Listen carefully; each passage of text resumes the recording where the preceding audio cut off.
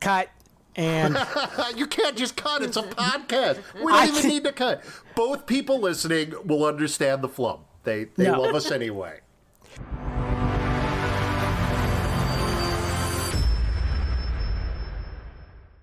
Welcome back to GC8 Podcast. I'm Eric. This is the podcast where we look at film through pop culture history, and we look at pop culture history through film. This week I got Nat with us again. Hey. And Rosie. What's happening? And we are going to be talking about another Bond film today. But before we do that, how's your week been, Nat? It's been kind of great. Actually, it was busy at work, but I managed to sneak in, if you guys get a chance, The New Adventures of Monkey. It's a guilty pleasure, right? It's everything good about Power Rangers with all the BS extracted. It's just a good kung fu serial out of New Zealand, and it's on Netflix. Watch it. I enjoyed the hell out of it. So, The New Adventures of Monkey, eh? Okay, here's the story. In the late 70s, early 80s, the Japanese did a series called Monkey, which featured this kung fu monkey god who flew around on a cloud. This, I believe, is the source of all the Dragon Ball Z stuff that came later, it is. right? Yeah, I was going to mention that. They dubbed it. It became very popular in Australia and New Zealand. And then, 40 years later, they decide to, hey, let's do a follow-up series. So, boom. They just threw together this, kids series. And it's not condescending in the way that American kids stuff is. It's just fun. It's not intellectual. It's just a good romp, right? And the fight scenes are as good as you would expect them to be. And if you know anything about New Zealand cinema, you'll see a bunch of, faces show up here and there that you'll recognize. Yeah, the monkey god is an interesting character throughout East Asia. So in India, he's known as Hanuman, and he appears in the Ramayana.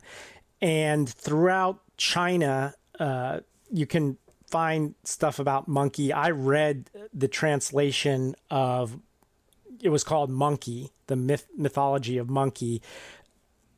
I don't know, when I was a teenager or 12 years old or something like that. Journey into the West is what it's also known as, and you can find movie adaptations of that. There have been several. Jackie Chan was in one. The monkey god is usually pretty much a badass. He fights with a cudgel or a mace or something and can change size. He's also, the inspiration for Goku in Dragon Ball Z and a lot of other films, kung fu films and stuff like that from Japan all through South Asia. Really interesting character that is not really as well known in the West, but it's the trickster god, right? Yeah, it's Coyote. It's Coyote. And that's one of the things, it's one of the reasons I gravitate towards foreign films is that I find American films are so heavily foreshadowed. If you pay attention, they're ruined for you. And I've probably gone on this rant before, but foreign films either A, aren't that heavily foreshadowed, or B, are foreshadowed using cultural markers that I am unaware of. So it's not ruined for me at the beginning, right? Like The Legend of Monkey. I don't know all the backstory. I just enjoyed this great kung fu show. It was a blast.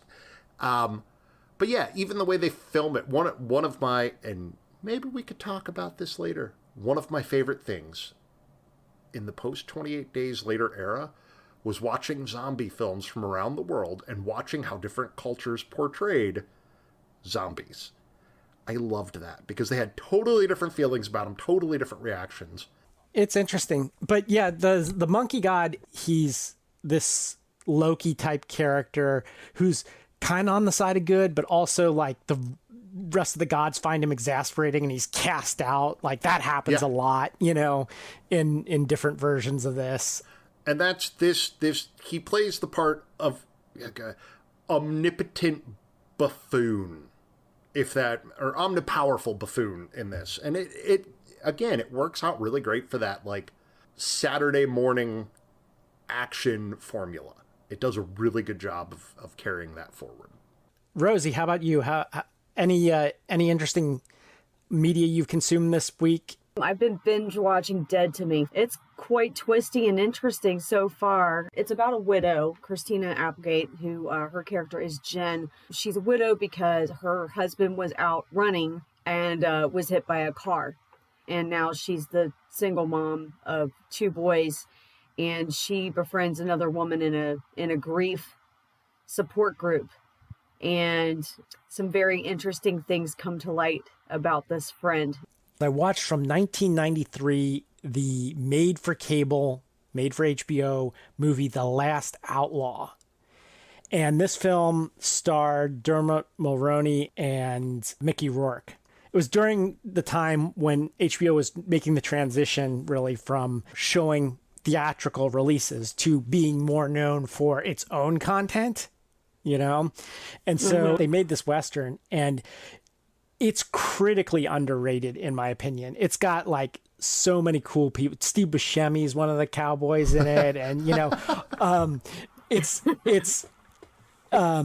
really cool. And it was just, I think, overshadowed by Unforgiven, which came out around the same time. Yeah, and so it's this gritty Western, but then Clint Eastwood releases the grittiest Western ever, like right around the same time. So nobody really was paying that much attention to The Last Outlaw. And I've never seen The Last Outlaw, but I'm going to say, I feel like Unforgiven. It was a good Western. I'm not panning it, but I feel like it got more accolade than it deserved. Like, I thought it was good. I do not think it was great. Perhaps. I don't know. I'd have to go back and rewatch it. But the problem I have with The Last Outlaw is basically the idea is it's this group of ex-Confederates, you know, after the Civil War, and instead they're like robbing banks in the Old West. This is a very common Western theme, right?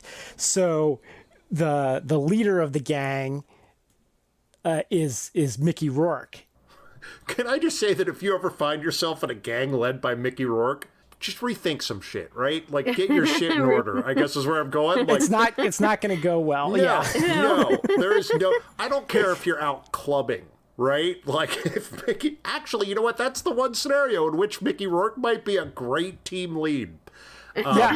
The, what do you call it? The barfly scene. Anyway, so Mickey Rourke, so he's the leader. Dermot Mulroney is his like second in command. But first of all, Dermot's like really young, so he's super fresh faced, and I get that that's kind of what his character's supposed to be about, but he's like a little too young and fresh faced for the Old West. And speaking of fresh faces, Mickey Rourke had just come through this period where his acting career had sort of petered out, so he went back to boxing. And he was actually a pretty good boxer, but it destroyed the hell out of his face. So in order to get back into acting, he had tons of plastic surgery done. And this is fresh off of the plastic surgery. This is literally the first thing he made after the plastic surgery. And he does not look like he belongs in the Old West either. He's got long hair and like this perfectly plastic surgery face. He literally looks like he should be in Motley Crue. Like, and like, so there's like, and I kept thinking that, I'm like, Western or like Guns N' Roses video? What is this? You know? Well, but that was also the era where there was a lot of crossover. Like, there was plenty of like hair metal Western. Bon Jovi really opened the floodgates to the Western hair metal crossovers. And right? this fits in with that, with the only exception that the look is very glamorous, but the movie itself are very gritty, and it's super violent. It's like very bloody compared to what Westerns were being made at the time. In fact, that was one of the criticisms it took, was because a lot of the people who were fans of Westerns at that time, it had yet to experience a revival, were old people. Yeah. And old people didn't want to see a lot of violence. Yep. That's not the kind of Western they were into. I think it's worth checking out. If you guys get a chance, it's on HBO Max, if you have that. I would put it in the top 10 Westerns of the 90s, at least the early 90s. How many Western? Because I'm thinking Tombstone. Yeah, Tombstone. I'm thinking the other one. The other one's Wyatt Earp. Well, what else happened in the Dances with 90s? Wolves. Dances with Wolves, definitely. Yeah. And then, I would put Unforgiven on that list. There are a few others, but I'd put Last Outlaw on that list. We'll dive into Westerns sometime in the future here. Yeah. Before we fall down that. Before we go down that rabbit hole, we need to get back to Bond, because this is going to wrap up our mini-series on Bond. We did a mini-series on Tarzan where we did 4 films. We are finishing up our mini-series on James Bond with the 4th out of 4. That does not mean we will not be coming back to Bond. In fact, I can almost guarantee you we will come back to Bond, but we're going to give it a breather for a while, do some other films. The film we are about to do is Quantum of Solace. Quantum. What's that? Quantum of Solace. No T. Is it? This is your podcast. No, there's a T. There's a T. no T. Quantum of Solace. Check it. Wait, hold on. You're going to hear my clicky clacky keyboard, right? I apologize for that. Yeah. But no, it is most certainly Quantum. Anyway. Oh, wait. I'm ready Eric, for your apology. I am here to issue an apology. It is Quantum of And Solace. the reason it's called Quantum of Solace, I will get into when I give my background on the production. But Quantum of Solace, the reason we're doing it is pretty obvious. It picks up right where our last one left off. So we did Casino Royale, the 2006 version. Like right where it left off. Like, oh. Right. I'm really excited about this. Like, you could watch them boom, boom, right in a row, have a movie night, and it would be perfect because it picks up exactly where it left off. I love that about this film. I'm going to set up 2008. This film came out in September, was it? Anybody? November. It actually came out, November in the United States. They wanted it over the Thanksgiving weekend. So this had been in the can before all of this. January, we start off easy. Cyprus and Malta join the euro, right? Super simple. January 21st, stocks plunge. If anybody remembers 2008, that was the beginning of the subprime mortgage crisis. Well, the 2007 subprime mortgage crisis ended up in the 2008 stock crash. The film, I believe, was already in the can before this, so it really didn't deal with any of this. Iran becomes a space power. They launch, if anybody remembers that at all, over the financial crisis of 2008, Iran launched a rocket into space.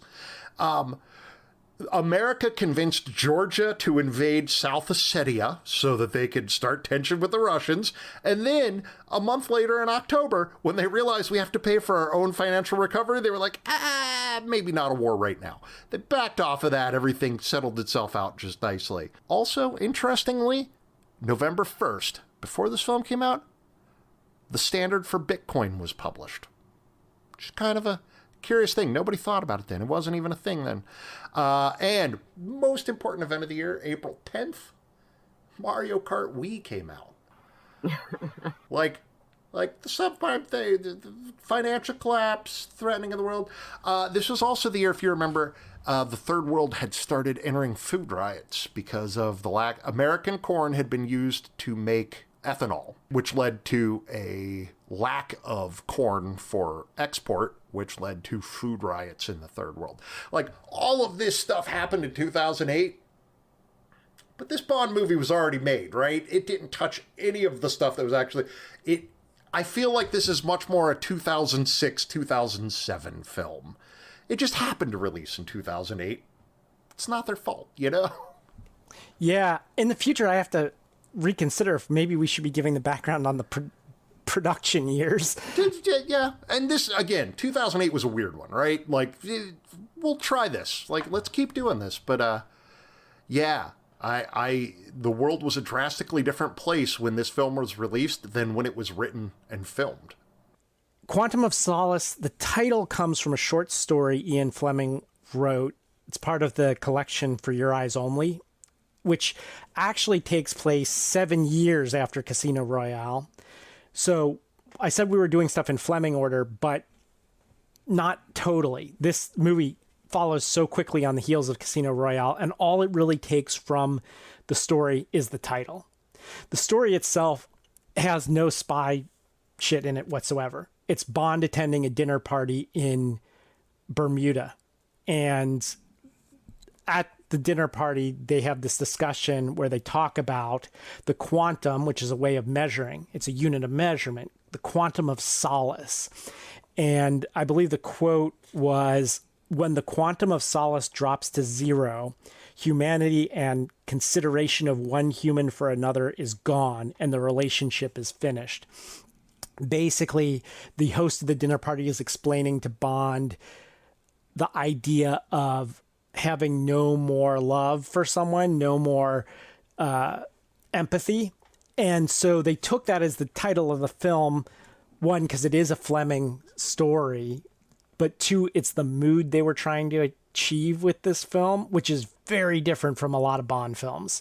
This is more about Bond getting revenge for Vesper Lynd's death.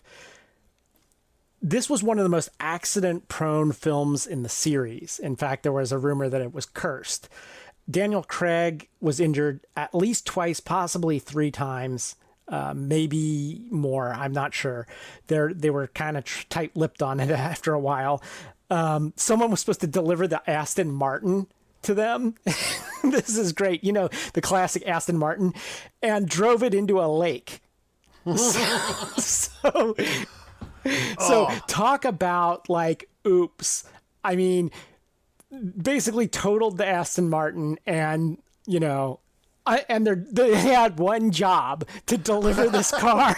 And, you know, they're like, hot damn, we're going to see what this baby can do, you know? Right. And into the lake it went. Is this why they featured a new production Aston Martin in the film? Is that the reason?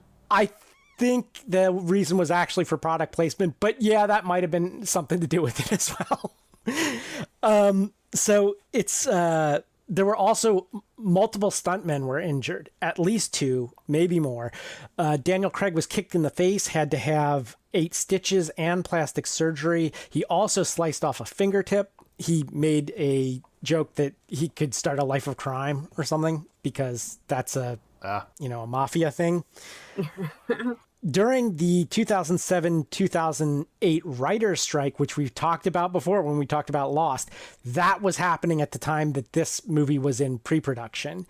So the script has a bunch of writers and even underwent rewrites on set, which is a lot of the film's problems, in my opinion. A lot is based on Michael G. Wilson's work. He's the one that came up with the idea for it, and he's been a producer on the series since the early 70s. In fact, you will see him in bit parts in the Bond films going all the way back to the early 70s. Is he the Alfred Hitchcock of the Bond series? He is the Alfred Hitchcock of the Bond series. In Casino Royale, he was the chief of police. Okay. So sometimes he has speaking roles. In this film, he's a man sitting in a chair in the lobby of the hotel, the Haitian hotel. Once you know what he looks like, you'll see him in all the Bond films.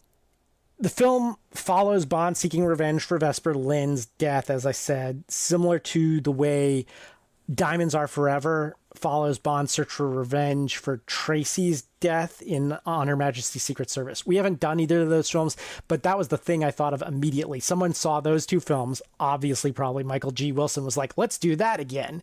And so you get this revenge story instead.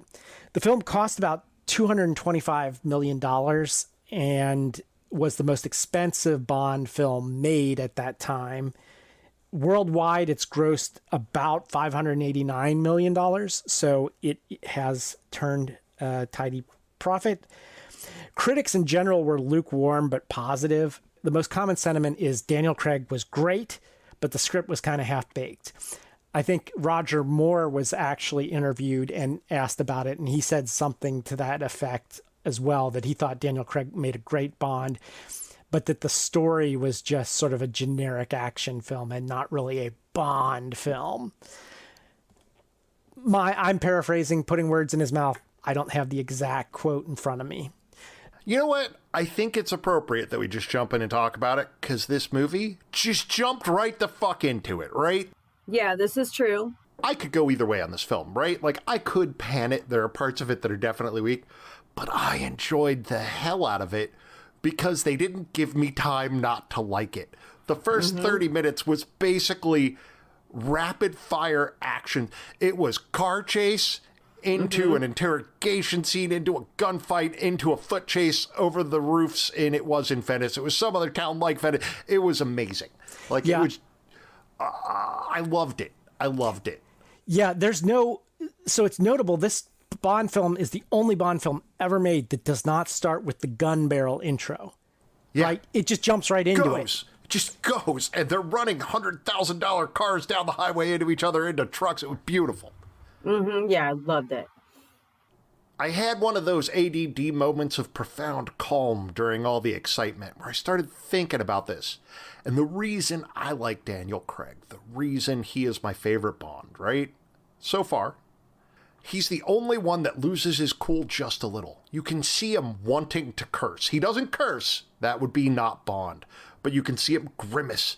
You can see him, like, twitch. And that is a profoundly un-Bond characteristic.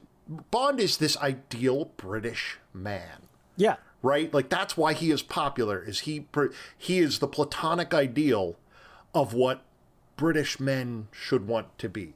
Grace under fire, stiff upper lip. Yeah. Correct. Polite, charming, virile. And well-dressed. Wait. Virile is not something I normally associate with the British. What is the ideal American man? The Rock. Strong, charming, charismatic, right? Like, it takes it a different direction, but those ideals do exist. And Bond, to Americans, is a novelty. I think if we had a British person on the show, they might have a different opinion about, like, yeah, clearly that's how I'm supposed to be. But yeah, and Daniel Craig is the one where you see those cracks start to form. And not the crack. You see the human start to emerge from the romantic ideal of the character. And I love that. I love that. And again, he is bound by duty. He is very much a British gentleman. But he's also a person. And I never got that from Sean Connery. I never got that from Roger Moore. Or, whoever the other ones are, I don't care about. Like, they didn't interest me. They didn't grab me. Daniel Craig, I'm all for him. And the first half hour of this movie is just a showcase of why that is true. Yeah, I have really enjoyed the grittier James Bond with, both Casino Royale and with Quantum of Solace. This also is a revenge film. Casino Royale was a love story. This is a revenge story. He's getting revenge for Vesper Lynd's death. And then also his partner, Olga, is getting revenge for what happened to her family. I liked that whole parallel storyline throughout the film, but even the point where she almost got him and Bond rescues her and she was like, I almost had him and you took that away from me. But later on, we see that, things do come to fruition for both of them. And I just really loved that it really did pick up right where it left off. So it was easy to follow the story, and there wasn't a bunch of backstory to it either. Like, you had to fully understand what happened with Quantum of Solace. You really do need to watch Casino Royale. Total admission here. I did not watch Casino Royale last week because I was busy. And I did not watch it before doing this, and I really regretted not doing that. Because I remember loving it when I watched it when it first came out, and I should have watched it again yesterday and, like, refreshed myself because I enjoyed this so much. I had so much fun. This is also, can I just point out, this is the first movie that I wish Tracy had watched, and she didn't because of all the other films I've made her watch with me. She wouldn't watch. I got to say that I did the exact opposite. I watched them back to back over 2 days or something like that, but I watched them back to back weeks ago now. It's going to take me a minute sometimes to remember certain bits that I wanted to say about it. Overall, I thought the film was good, but not great. And it has the unfortunate problem of being wedged in between Casino Royale and Skyfall, and which are two great films, and this one's just a good film, I think.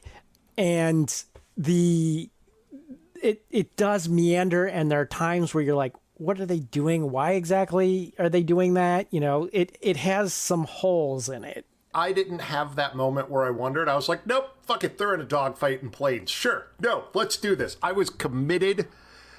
Was it non sequitur? Sure. Was it fun non sequitur? It was the most fun kind of non sequitur, right? Like they were just getting chased by a plane with machine guns. That's all you needed to know. It was beautiful. I don't think so. I think Mark Forster as a director is different than a lot of Bond directors. He's not typically associated with action films. He's associated with independent or quasi-independent art films like Monsters Ball, The Kite Runner, stuff like that. And so he had definite directorial visions, and sometimes I think that works. Sometimes it doesn't. He had a woman covered in oil in this, which was obviously a reference to Goldfinger. Mm-hmm. And his reason for putting that in was because he wanted to show that oil is the new gold. Okay, I guess. Kind of interesting, but whatever. He does. I think he has a lot of good ideas, but he tries to pack them in tight. Another one was that he wanted there to be a action sequence for each of the four elements: fire, water, earth, and air. Ooh, okay. I'm not sure exactly which sequences those were. Now that looking back on it, I know that there was the plane and the dogfight, so that's obviously the air action sequence. Yeah. I'm not sure what the fire, water, and earth The ones. earth was obviously the first car chase because it happened in a tunnel. They were driving through the earth. Okay. So now we just need to figure out fire and water. Fire was definitely the hotel scene.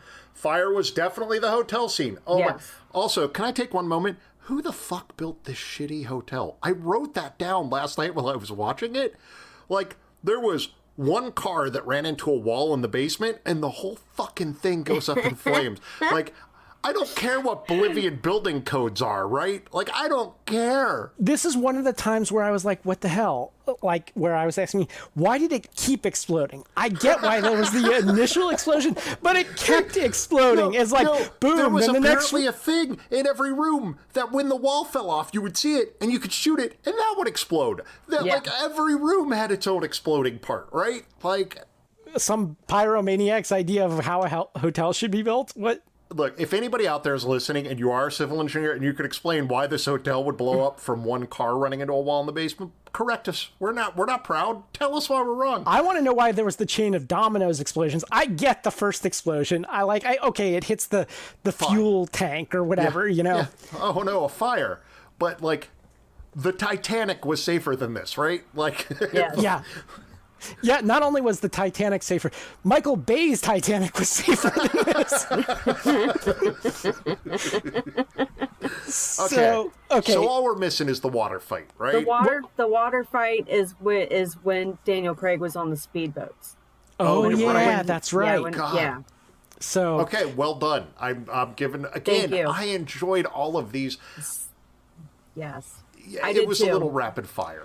Sure. So one thing that Mark Forster threw in here that I thought was kind of cool as far as homages go is, and it's not a Bond homage, it's an homage to a different kind of spy film, which was the opera scene was in a lot of ways a direct translation homage to The Man Who Knew Too Much.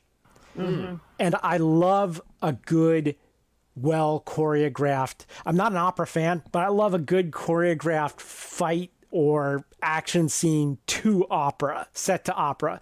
They did it in The Punisher. They've done it in a few other films. They did it in this film. The Fifth Element. The Fifth Element. Yeah, Fifth Element did it well. Something about the combination of opera and action movies, you know, just comes together beautifully when done right. I want to come back to that. Not today, but at some point, you're right. Like there is There's something Yeah. to be said for it, for real. I also thoroughly enjoyed that. And also, I mean, the eye. They had the big eye on the stage. Love that. Obviously, Nat knows that both of us are big fans of Apocalypse Now, and that's one of the first films where I saw it in, the Ride of the Valkyries, right? When the helicopters are coming in. Again, opera set with like violent action somehow works. And I think you're right, but I think it's more than just opera, because as much as Flight of the Valkyries, and again, thank you for making me watch Apocalypse Now. And by making me watch, I mean you turned it on and I sat transfixed for like 5 hours, not only by Apocalypse Now, but by Hearts of Darkness right after it. But not only is it the Flight of the Valkyries scene, it's the end, where the Doors play the end. And it's this beautifully it's this beautiful disconnected piece of music to the horror that's happening on screen. Right. So back to this film, though. Tosca is the opera. It's a Puccini opera. That's what it was. London sends someone after Bond in this one to try to rein him in or whatever, and that was Miss Fields, who they never say her first name in the film, but it's Strawberry, apparently. Strawberry Fields. You know, redhead and all that. What do we think of her? Specifically, compare her to Vesper, who was also sent to look in on Bond. She didn't play hard to get so hard. I'll say that.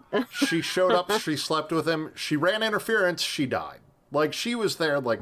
So she said she wasn't going to sleep with him, and then after she did, she said she hates herself for it. What the hell is that supposed to mean?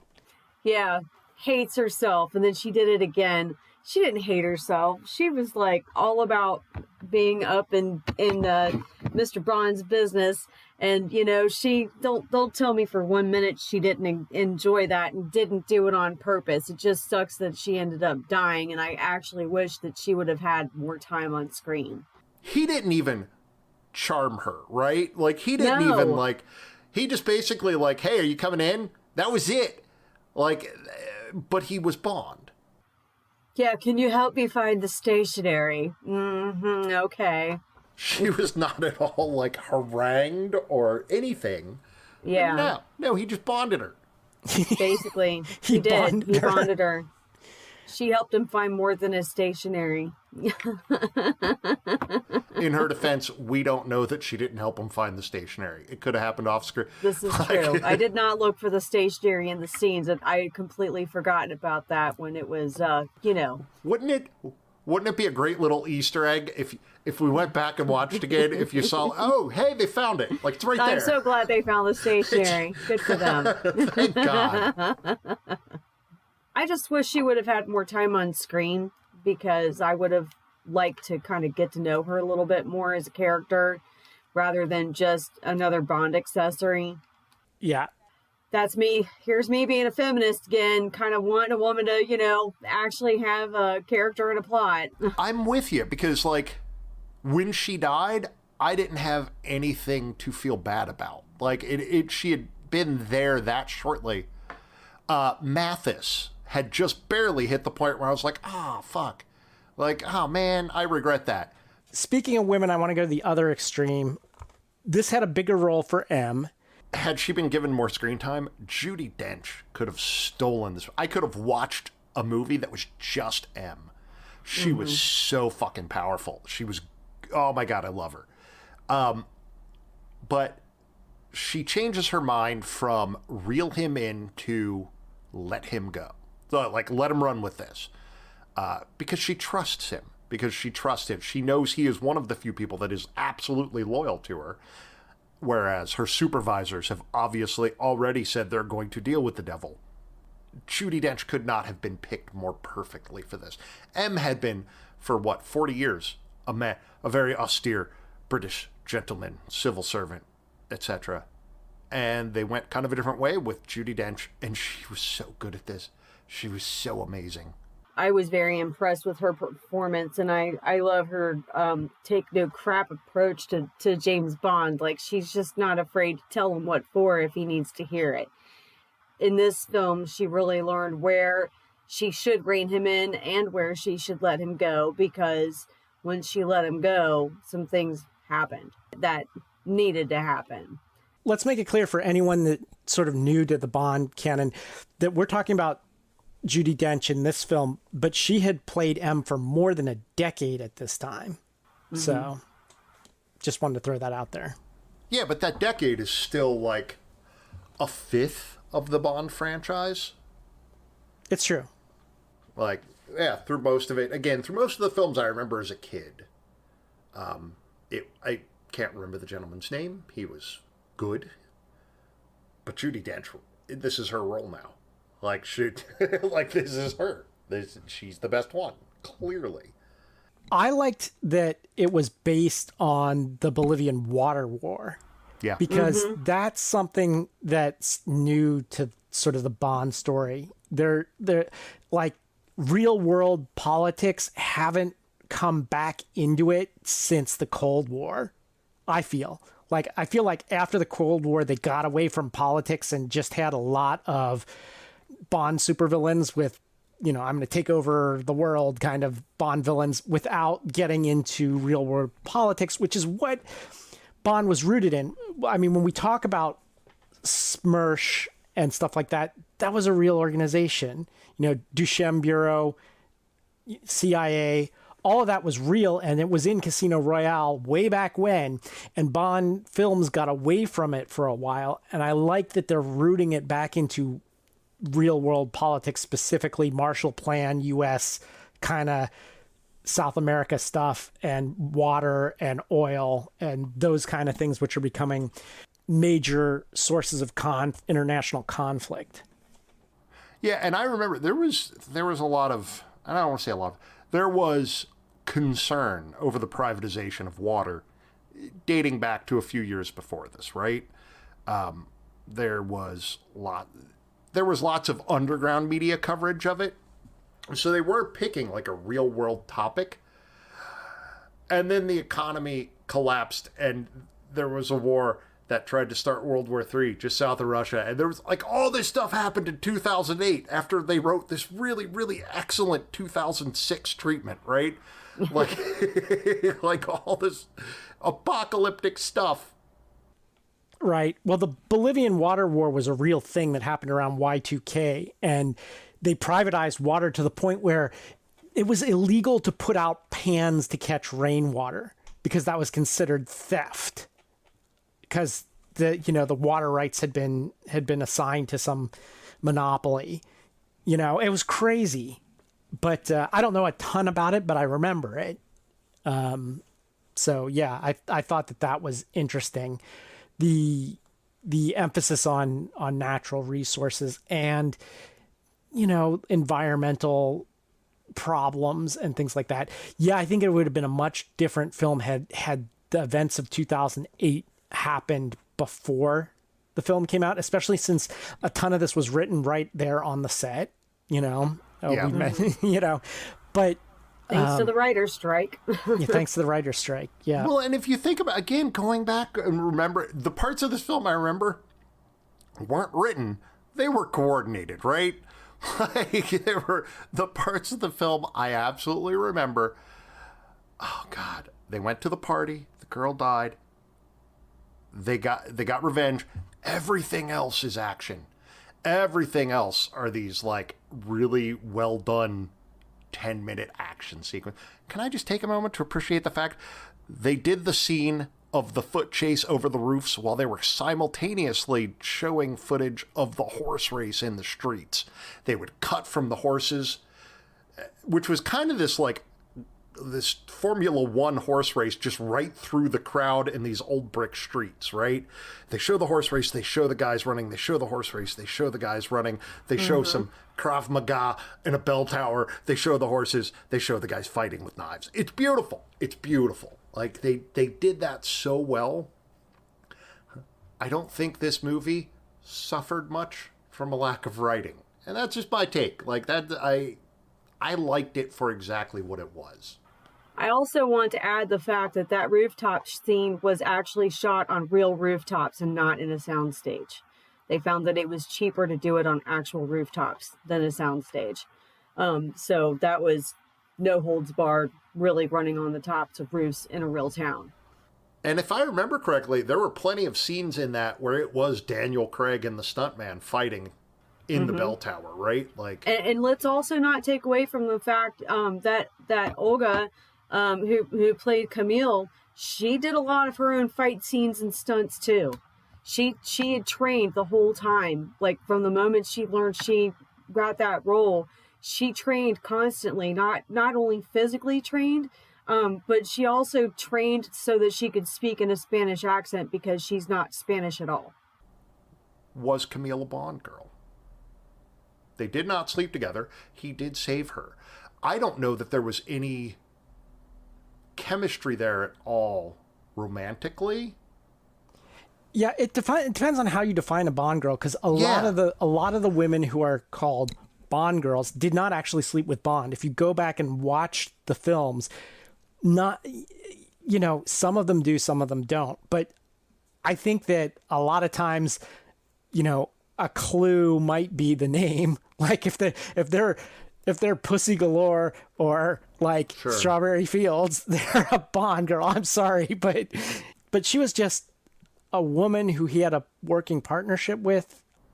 If there hadn't been that scene where he saved her from the warlord that she had fully intended to kill, she didn't care if she died. That wasn't the point.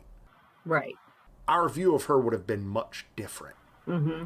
Again, as little as I felt about Miss Fields, because again, she was there for a minute, I think Camille was a much better character than the film let her be. Again, like if it had just been that you first meet her, she gets in the car, she shoots at Bond, he gets out. Like, I wish there had been that level of like cooperative antagonism the whole time. Mm-hmm. Mm-hmm. But yeah, it was that she got knocked out on the boat. He saves her. It changes your opinion for the rest of the film.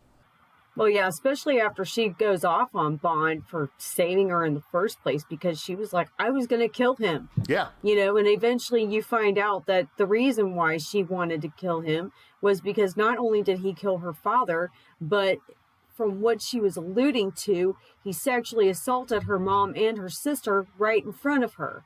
And then what happens when she finally gets her moment. She goes to kill the general while he's in the process of trying to rape the house servant that is there. So not only does she rescue her, which, is a moment of, reconciliation, kind of, it's like she didn't get to save her mom and her sisters, but she did get to save this girl. And not just that, she killed the general too, and really just beat the crap out of him. The general was raping that woman as the hotel was catching fire as an allusion back to her story about her mother and sister, where he set the house on fire. But had she been left to kill him in the first place, he would not have been in the hotel to rape that woman. True. And again, this is a Bond movie, right? This isn't a Camille movie, which I'd watch. I would too. Especially if it started and ran as hard and fast at the beginning as this one did. But yeah, I think there was a lot of room in her character to make her less damsel-y.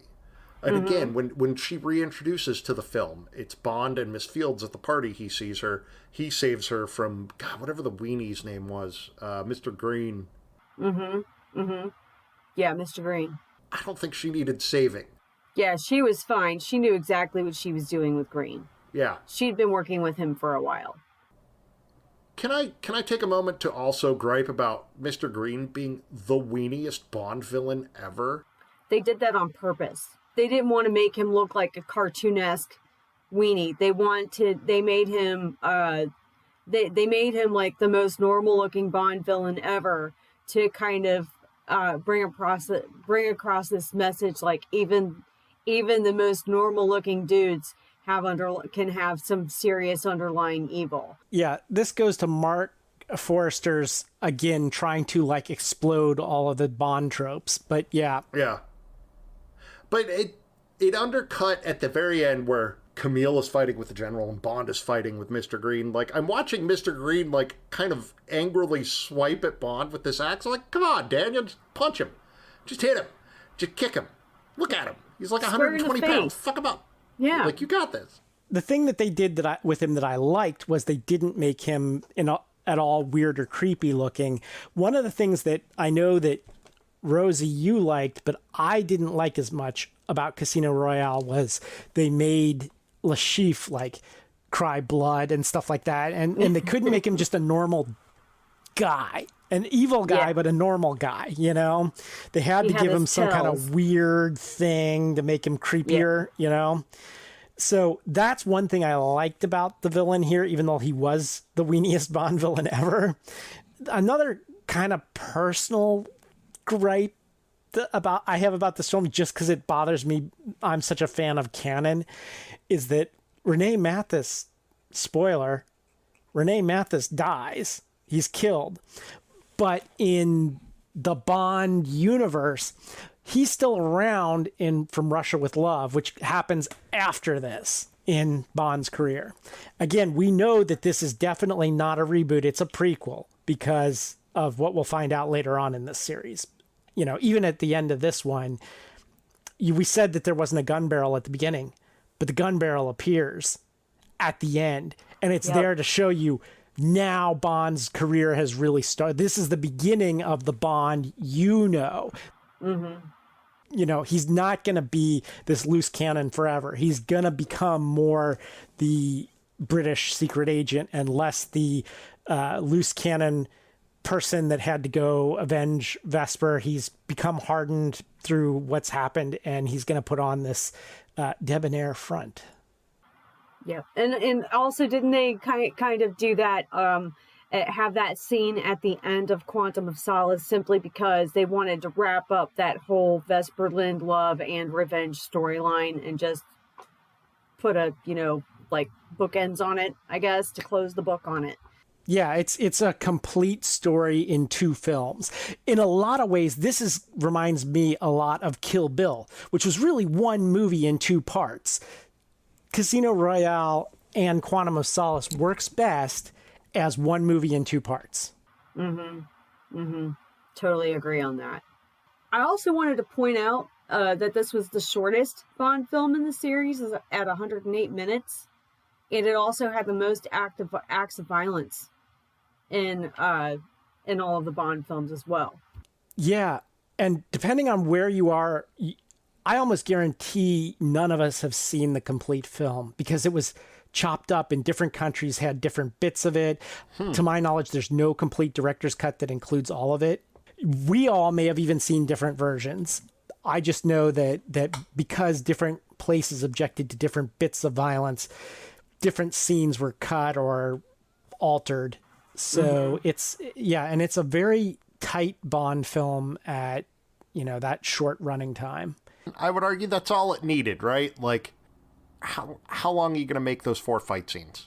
Well, the 4 action scenes, I should say, with the 4 elements. Like, how much more can you add to that? I think they did perfect. Let's wrap this up then.